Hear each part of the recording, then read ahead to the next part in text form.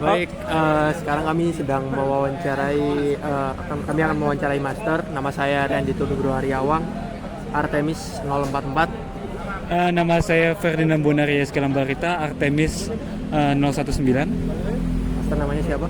Oke, kenalin apa aja nih? Apa ininya? Apa? Nama, NIM, angkatan, sama jabatan di KMPN. Oke, kenalin aku Petra Joso Saputra Storus, biasa dipanggil Petra, Apollo 061, jabatan di KMPN sekarang sebagai staf divisi hubungan luar dari alumni KMPN. Hubla. Ada pertanyaan nggak? Oke, saya nanya dulu ya Master. Divisi Kubla itu biasanya aktif kapan aja Master? Jadi KMPN kan ada prokernya, dan salah satu prokernya jadi per divisi selalu ada proker.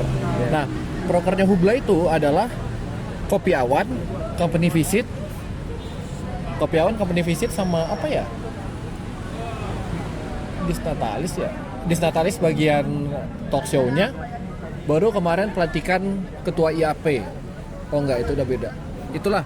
Nah, jadi Hubla itu bakal bekerja saat akan ada proker itu, di mana mereka bakal kami bakal nentuin ininya, pembicaranya siapa, alumni yang mana, yang pasti alumni penerbangan ya.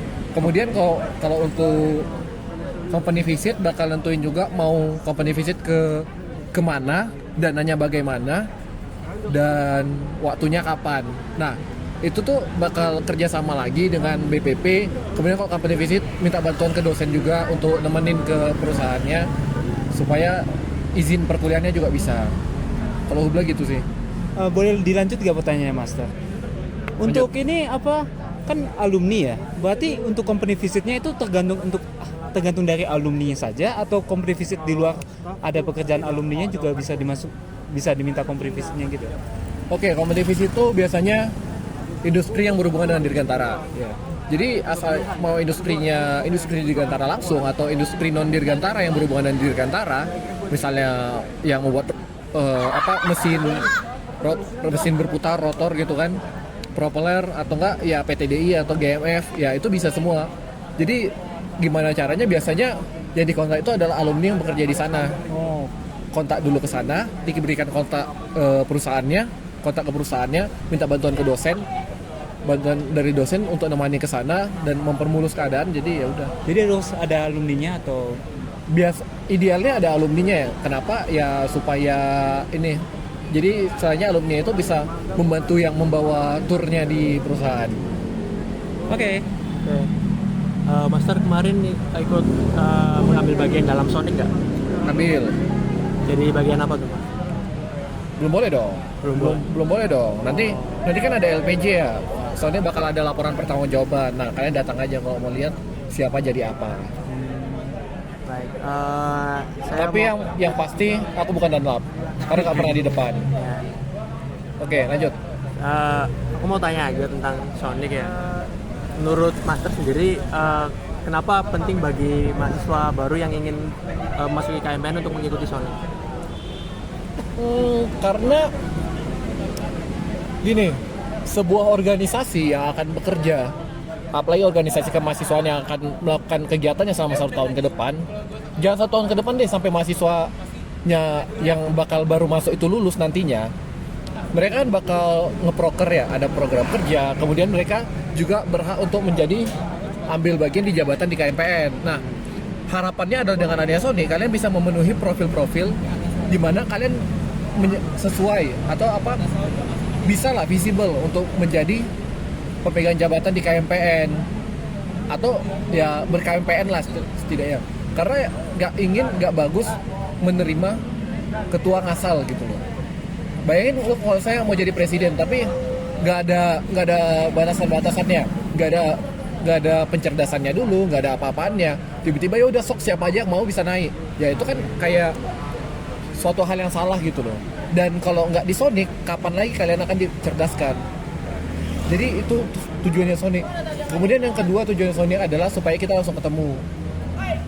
Kalian ketemu dengan KMPN, ya udah langsung aja. Jadi walaupun kalian istilahnya dimarah-marahin dalam tanda kutip ya kalian merasa nggak sih ya kayak kami juga kenal kalian dan kalian juga kenal kami, jadinya endingnya itu harapan salah satu outputnya itu kami kenal kalian kenal kami, jadi waktu masuk nggak canggung-canggung kayak nggak jelas gitulah, udah aman aja. Sip. Oke, lanjut ada lagi. Itu lagi.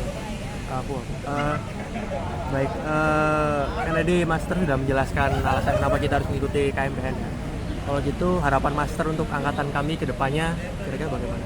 Harapan yang pertama, rame-ramein lah sekre. Rame-ramein sekre kenapa? Ya biar makin banyak yang saling bertukar sapa, makin banyak yang ngobrol-ngobrol gitu kan. Kemudian harapan selanjutnya adalah sering-sering ikut panit. Nah ini di tahun-tahun ini kan kalian bakal baru manit kan. Nah dengan harapanku dengan kalian sering ikut panit, di tahun depan saat kalian berkesempatan untuk memegang jabatan di kepanitiaan acara, misalnya AISK atau wisuda, acara wisuda atau Sonic bahkan tahun depan, kalian udah tahu apa yang harus dilakukan. Setidaknya kalian punya gambaran dulu dah. Jadi nggak kayak masuk dengan mata tertutup.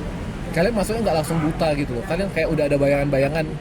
Memang kalau misalnya gue ngambil, kalau misalnya gue di Wispril tahun depan gue pengen ngambil bagian relasi, gue harus ngapain ya. Nah dengan kalian berkepanitiaan dulu di Wisok ini kan, di wisuda selanjutnya kalian udah tahu harus ngapain.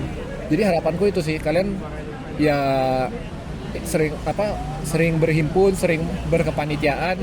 Selain itu mengembangkan soft skill, itu juga menambah relasi juga. Oh ya, boleh nanya satu lagi Master? Silakan. Ini Master kan Kadif Kubla kan? Bukan, staff. Oh ya, itu staff itu kayak pemilihan atau gimana? Benar-benar dari si ketuanya milih staffnya atau kita yang join gitu? Jadi sistemnya ada oprek. Sistemnya oprek kayak biasa. Oh, recruitment. Okay. Open recruitment kayak biasa. Tapi